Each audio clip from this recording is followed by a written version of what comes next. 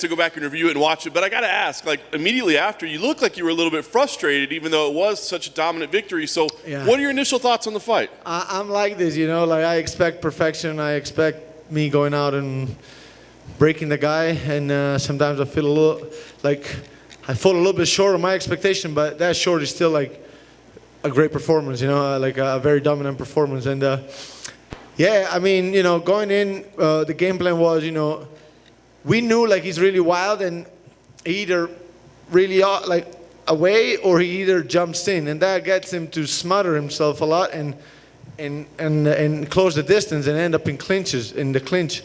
And I was like, man, like if he does do that, then there's not much of a point for me to get off the clinch and risk like short elbows, and because he throws those kind of things when I have such an advantage in the wrestling. So that would happen, really. I was going out, I was feeling comfortable staying in there, and then he just throwing himself in, and it's just there. And that kind of like, it's like this. If you want to smother yourself and you throw yourself at me, I'm gonna wrestle because I have good wrestling, And I mean, at the end of the day, I'm here to win, and I'm here to, I'm the most versatile fighter. I can do everything. So it just. You give it to me, I'll take it. Yeah. Hey, obviously there were a lot of questions surrounding him after his last performance, but I mean, he was all business in there. I did hear him talking to you a little bit in there, but I mean, he was serious, he was aggressive, he was throwing. I mean, was he what you expected, or did he surprise you? Yeah, no, I knew he was. You know what? Like I was a little bit. I did not expect him to be that solid. I thought he would have faded out, and I knew I had him kind of hurt between second and third. He was staying on the stool a little bit, like even. At the doctor, he kind of said, like the doctor kept asking me, can you see me? Like, yeah, I can see you, but he wasn't too sure of it. But then he kept going, and he kind of regathered himself. He definitely had more sense of urgency. He learned that from his last fight.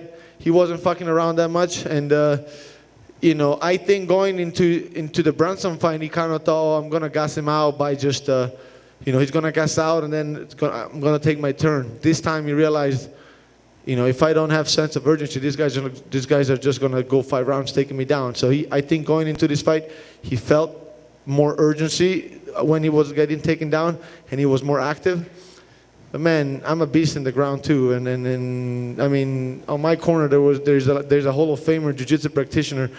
I have to show up and do great just because he's in my corner almost. Thank you, Hamula, for being here, and in general, all the coaches here. So, yeah, I kind of feel like I could have, I wanted to show more of my striking, but at the end of the day, there's the thing about me. I'm versatile, and I can do it all. So, you give it to me, I'll take it. Yeah. I know you're such a perfectionist and you're hard on yourself, but do you take more satisfaction that was a guy that showed up serious, clearly. You know what I mean? Like you said, there was no playing around in there, and you dominated him. Does that make you feel a little more satisfaction? Yeah, I want to go back and watch the fights. I want to see how he played out and why things went some kind of way more than others.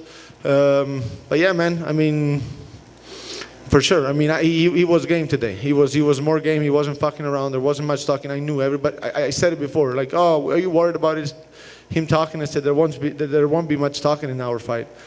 And he just started talking on the 5th, and that's when I realized he's talking because he knows he's losing. And so, whenever somebody approaches the fight some kind of way and then there is a switch in him, something's wrong for the guy. You realize something's going wrong for the guy. So, yeah, he was way more game than his last fight. And it's good. At the end of the day, 50-44, it's as dominant as he can be. Yeah. Last thing for me, what's going to be the talk is who deserves, the title shot next and all that. I mean, there's a big middleweight fight next week. Costa's out there still wanting a rematch. I'm sure Till will say something when he's healthy. But I guess while you've got the chance, make the case. Why is it you that deserves to be the next in line for the title? 5-win streak, accepting anybody at any time, always showing up, always making weight, never complaining about nothing, and I just show up and I just beat these guys very dominantly. Like I leave no doubt.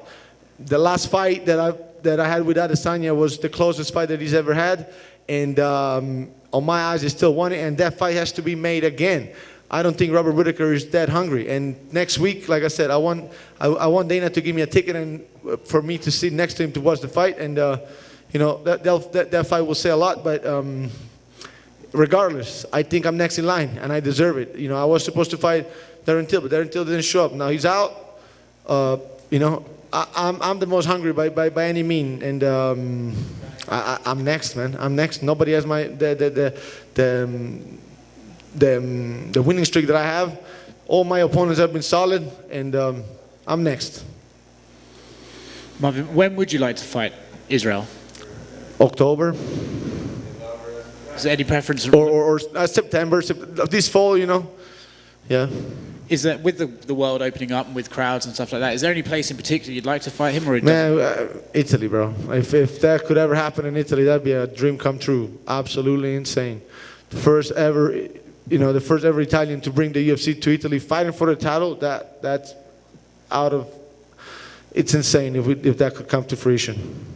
With Kevin tonight, obviously your grappling ability was markedly better than his, but were you surprised that on the commentary they were saying he was missing some of the basics? He wasn't trying to separate the hands and stuff like that. Were you surprised, or was that your own strength? No, because I knew, like, he's not, like, he thinks strikes more than technique in there. He thinks to just create openings to strike, to cut you, to get you clean with shots.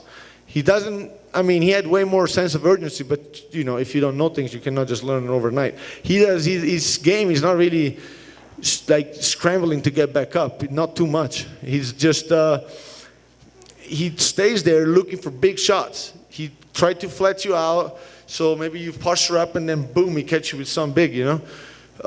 So no, I was kind of expecting that. Like I said, he came more game than what I thought, but I'm game all the fucking time, so no problem. Do you think because he fights so frequently, do you think it would actually be better for him to stop and take some time and try and learn before just taking fights? I don't know, bro. He needs to know that. But I mean, yeah, 2 losses, he has to address that and make some adjustments if I was him. But he's a wild guy, you know, so I don't know. Last thing for me, you said you want to sit next to Dana to watch the fight next again. What exactly are you hoping to see, or are you trying to do with sitting next to Dana? I mean, that fight, I mean, I want to tell him I'm next in line first, and that's a very important fight in the middle of a division. And so, you know, I want to say, Dana, look, I'm here, you know, I'm next. And obviously it's going to be good. And plus, Kelvin is my teammate. I want to see that too. Congrats, man.